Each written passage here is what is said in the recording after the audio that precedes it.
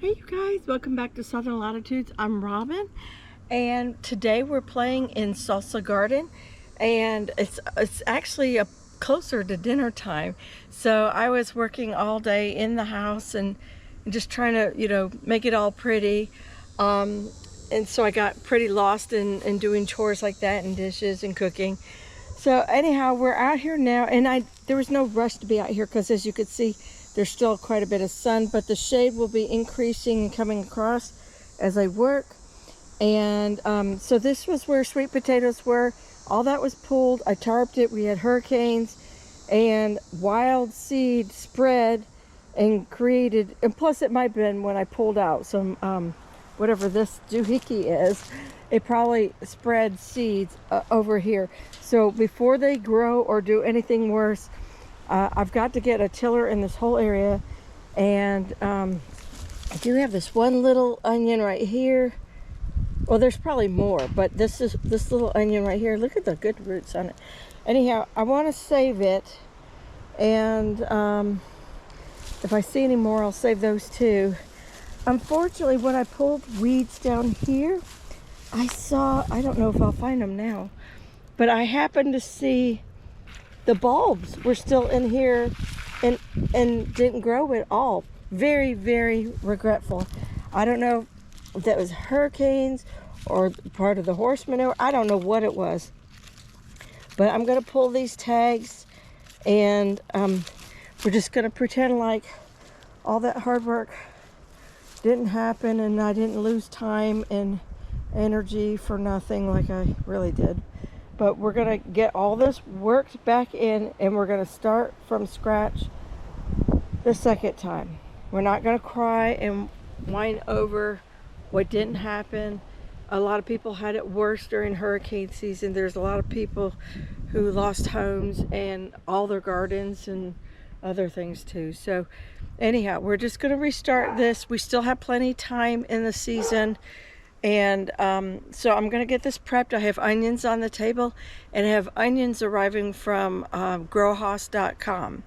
So, or if you don't like that, you can go to dixondale.com, but they're really offering about the same onion varieties. So whatever you choose, if you're doing just now getting to your onions, go with a short day onion for Florida.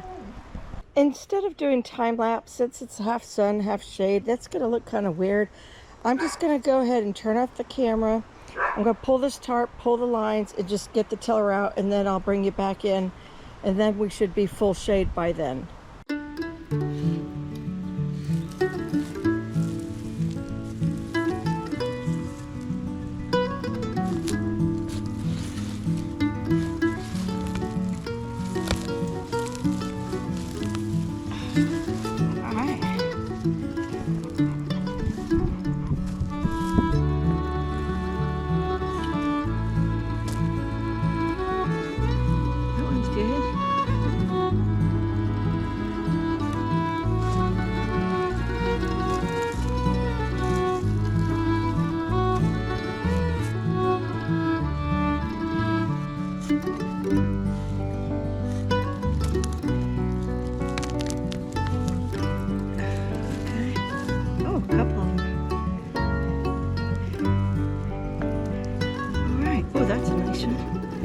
Perfect. And then these are slips for the next season.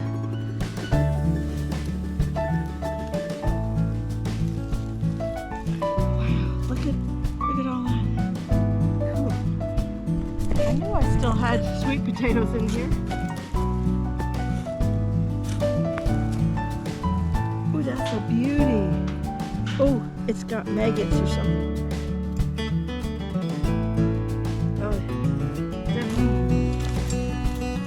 Eating pretty bad. The bugs definitely got it.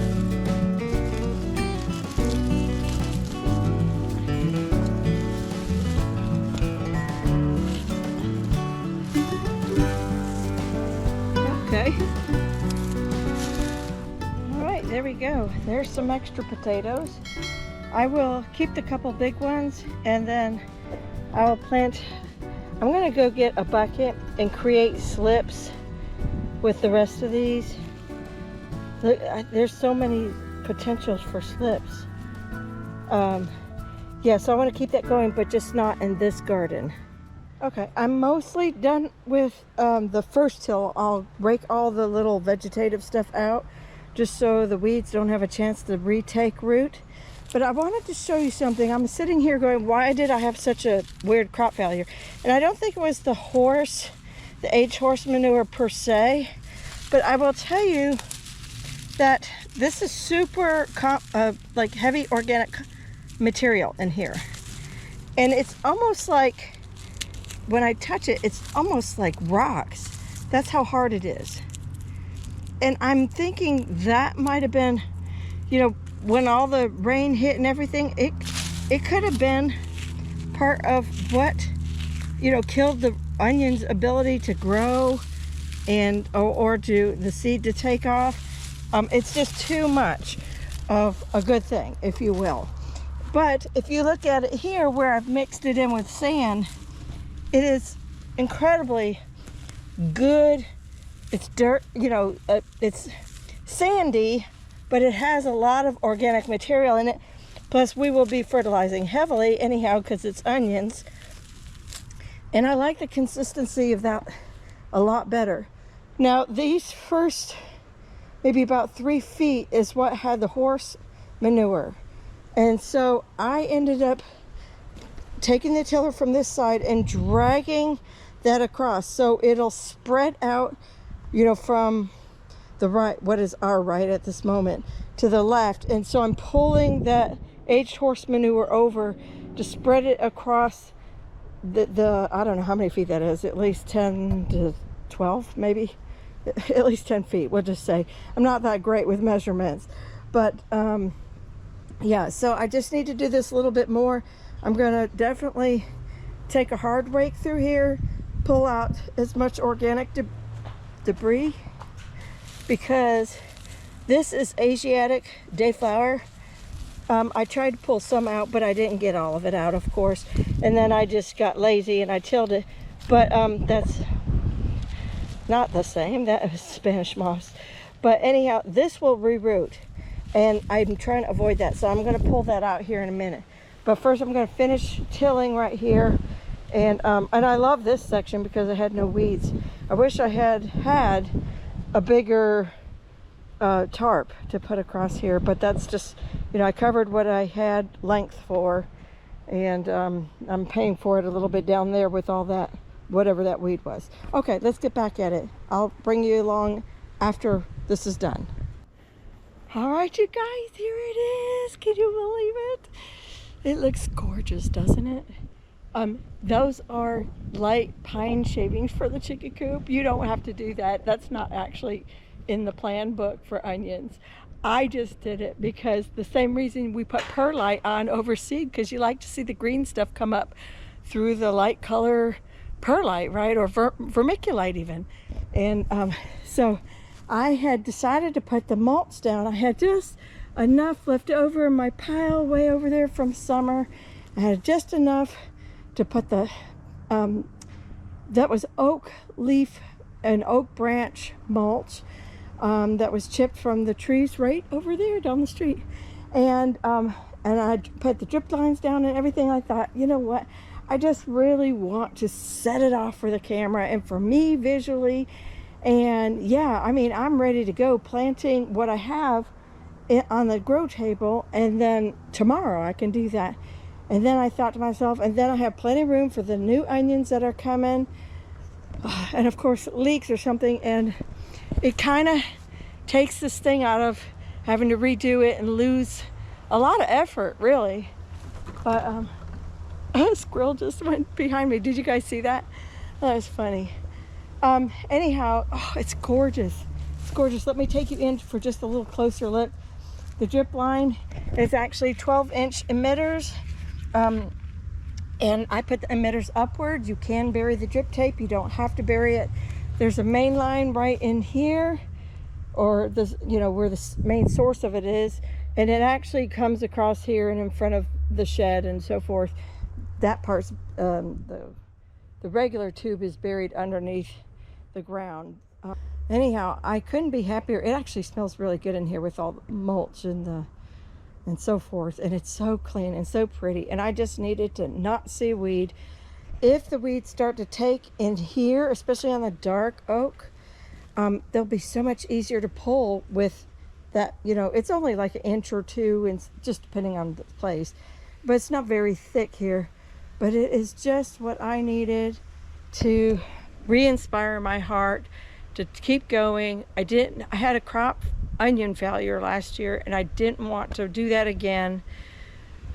It was just not nightmares, but you know what I mean? Like, I'm here to teach you, and I've had few great years, and and now all of a sudden I can't grow an onion. The others, a lot of that was probably rats and stuff eating that, but I don't have that excuse here.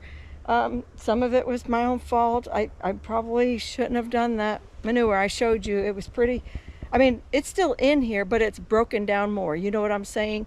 And it's worked into the soil better. And over here on this side, I had a lot of the chicken mulch and composting from the shavings of the coop. That was over here. So between the mix of both of them, oh my gosh, it's gonna be some beautiful soil. Plus, with onions, we're gonna put down ammonium sulfate every 3 weeks after they get established in the ground. And that'll make some really good, super amended ground for whatever goes in here next season. I'm not really sure. Oh, I would love to put tomatoes here, but the onions won't be done in time for tomatoes to come in. So the tomatoes will probably, I don't know, maybe be up front here or something. I don't know. I haven't thought that through.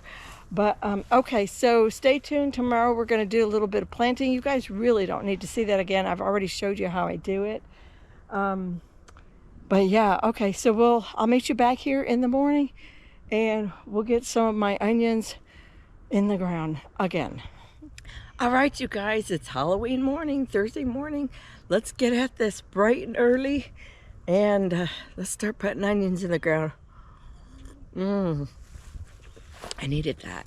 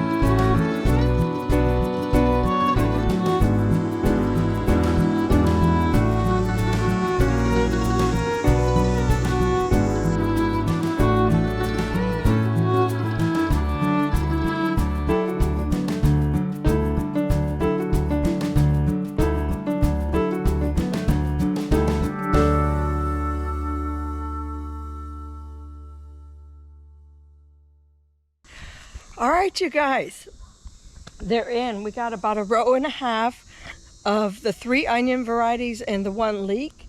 So we have plethora onion, we have Chianti red, we have a little bit of the phantom white, which was a small onion. I may restart that. Let me start that whole sentence again.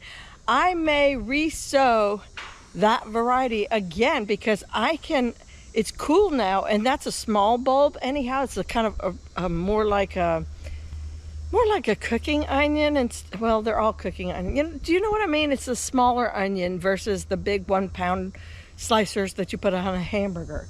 But anyhow, I can re-sow more of those and add if I want. And then I had probably a dozen or so of the leeks, maybe up to, there was at least a dozen. I'll just put it that way. And that's a little better than I did last year. One year, I had like a huge 20-foot row of leeks. But I think they do like to germinate cooler, and I usually start the onions so much earlier, and I start them earlier. So really, it's taking them this while. Just, you know, some popped up, and then we'd have a cold snap, and a couple more would pop up, and a couple more, and so forth. So, buddy. No. Come here, be a good boy. Come here. Come on, get out of there. So anyhow, yeah, leeks, probably everything likes to go back a little bit. I may wait till August 1st instead of July 19th next year. I'm going to think about that. Some things, it just depends on the season you're having. If you're having cooler weather, you know, no hurricanes, it may work for you. Or a raised bed or something where perhaps you have a raised bed or something else like that where, you know, you can get your garden and your onions specifically in sooner. That may work for you. I didn't have my act together. I put a couple rows in. I didn't have that manure broke down as well as I should have, or integrated with the soil as much as I should have. Really, I think that was more or less it. I feel really good about it this time. Oh, plus we have 100 onions coming. There's 50 of the 1015Y Texas Granos, which is a lot like a plethora. And then we have a red Creole, 50 of those coming, all from Haas. So I've grown red Creole before, maybe 3-4 years ago. They're actually a very good onion. The only reason why I like the Chianti better is because the Creole kind of split into 2 bulbs sometimes, and the Chianti stayed whole. In the end, it doesn't really matter. I mean, I'm cooking with them. You know, if a recipe calls for a large onion, you just use 2. You know that, right? So in the end, it won't matter, and they're gonna bail me out because I lost that whole like 3 small rows, like all together. I put them all together in there, and I did sow that phantom onion seed too, and that took off, and then it died at the hurricane. So again, the seed is still good. I can sow more. I can try again. It'd be good to test it actually to see if starting in November, I know it makes smaller bulbs. I already know that from a few years ago. I tried it up here in the front of salsa, but you know, you'll still get there in bulbs. They'll just be smaller. Everything here is going to be smaller too, unfortunately. I'm going to hit this with water as soon as I walk away. I'll probably start popping it with fertilizer with a half dose of fish emulsion pretty soon, because I want these things to get going. So let me bring you in closer before we close out real quick.